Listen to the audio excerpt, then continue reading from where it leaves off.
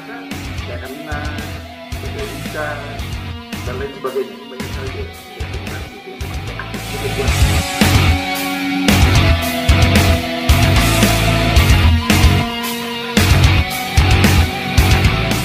Ini bukan pengungkapan sekali dua kali ya, sudah sering kita lakukan di tempat yang sama.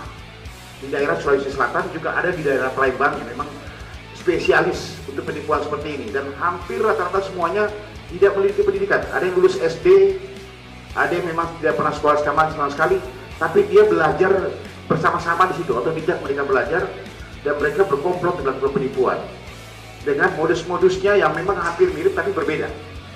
Saya katakan tadi.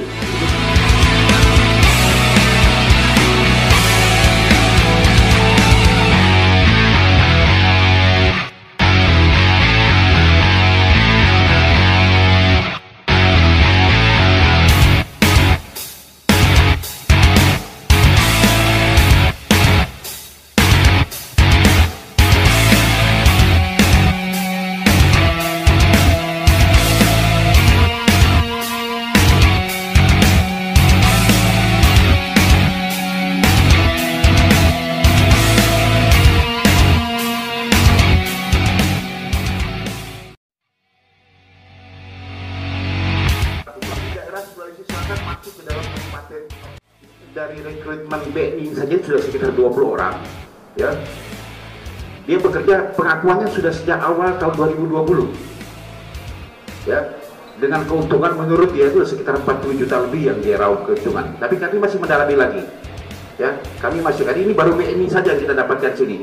Tetapi setelah kita buka, ternyata saya katakan tadi ada beberapa akun-akun palsu milik BUMN yang lain, termasuk Pertamina, PT Wika, di sini banyak lagi, ya. Ada sekitar hampir 15 PT Chevron dan lain sebagainya. Ini banyak sekali dia yang kita temukan di situ. Memang dia akun itu dia buat sendiri, akun palsu, tapi mengatasnamakan dari beberapa perusahaan-perusahaan negara BUMN ini. Nanti masuk ke dalam rekeningnya dia untuk pengiriman 1,7 juta, karena memang itu arahnya ke sana. Setelah orang mengisi semua dokumen-dokumen yang ada, kemudian nanti terakhirnya adalah di sini dibutuhkan biaya transportasi sebesar 1,7 juta untuk awal ya. Nah, jajan inilah kemudian orang terpengaruh kemudian mentransfer ke sana. Inilah bentuk penipuan yang dilakukan.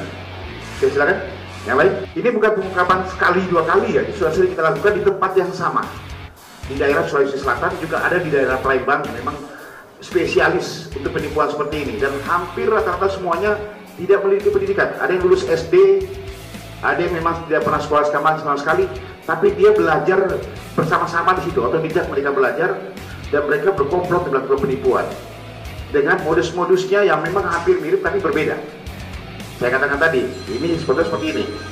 Ada lagi yang namanya, ya zaman-zaman dulu ada pertama Mama Minta Pulsa, kemudian juga ada dapat kemudian harapan, tetik melalui media sosial, sama rekrutmen juga. Menggunakan akun yang dia palsukan, kemudian merayu orang untuk menawarkan orang untuk melakukan yang akan melakukan melamar kerjaan, ya, rekrutmen. Ya, kemudian sama modusnya seperti yang BNI. Cuma ini arahnya ke PT